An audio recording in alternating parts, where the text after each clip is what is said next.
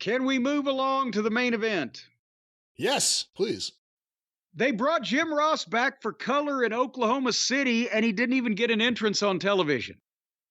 They came back from the break, and there's JR standing there at the desk. And his voice sounded good. Remember, he had been sounding rough there with that regular traveling schedule. But the point is, they've got a pop that people will react to. I'm not saying if it had been Des Moines, give JR an entrance, but it's Oklahoma City.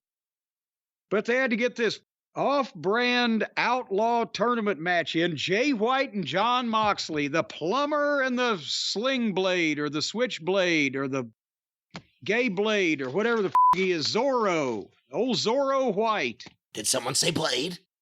There you go. No wonder Moxley wanted to work with him. Did you see that Moxley actually entered the arena from the hotel lobby built into the arena? He walked right past the elevators.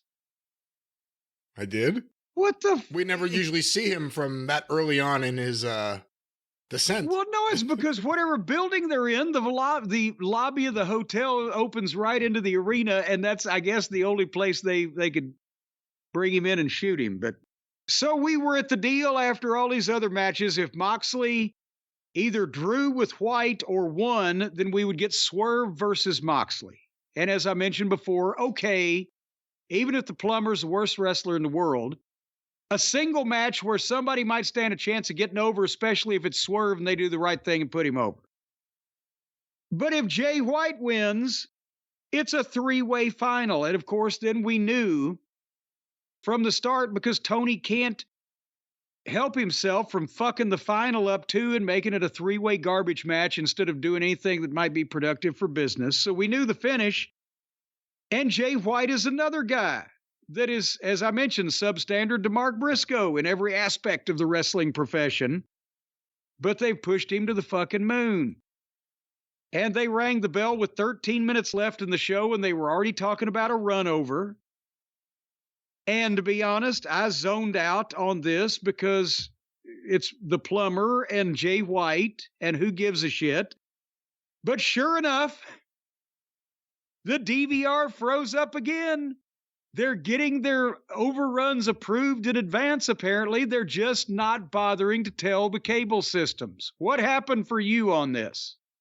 Oh, and by the way, spoiler, Jay White won, so we get a three-way. Right, which was the exact result you feared when they mentioned the stipulation for the first time earlier in the night. Right. I saw it live because we were recording today, so I got to see the finish. Jay White won. And my DVR also, when I went back to check, cut it off. Yeah. So... like it's going to, if the cable companies don't know this is happening. This is now 2 weeks in a row that... I'm not bothered by missing any of this. I'm just reporting the facts. I'm sorry. Go ahead. This is 2 weeks in a row that Tony has tweeted out in advance that he has 5 extra minutes for the broadcast. Do you think it's been... do you think it's beneficial to keep doing this, or should they try to just fit it into a 2-hour broadcast? Okay, well, making jokes about the overrun and nobody seeing it and the DVRs and the whole thing and Uncle Dave and nephew Brian having words about that, all that aside, it wasn't one of the arguments, well, if it's a real sport, real sports go over and we don't want to cut the matches short and they're 20-minute time. But the problem is, if the goddamn tournament match is the main event every week and every week the tournament match goes 5 minutes over, isn't that the same thing as being preposterous because it always ends on time? It's ending at the same time, just not even in time. So isn't that the same problem? Right? Yeah, and there's plenty of other stuff on the show to cut. Yeah, sometime in the match right before the show goes off the air, and other times in the match goddamn 6 or 7 minutes before the show goes off the air, and replay or come back with comments or shoot something that might be interesting to keep people's attention. But then you've done the same thing and haven't breached your 2-hour time commitment. Just a thought.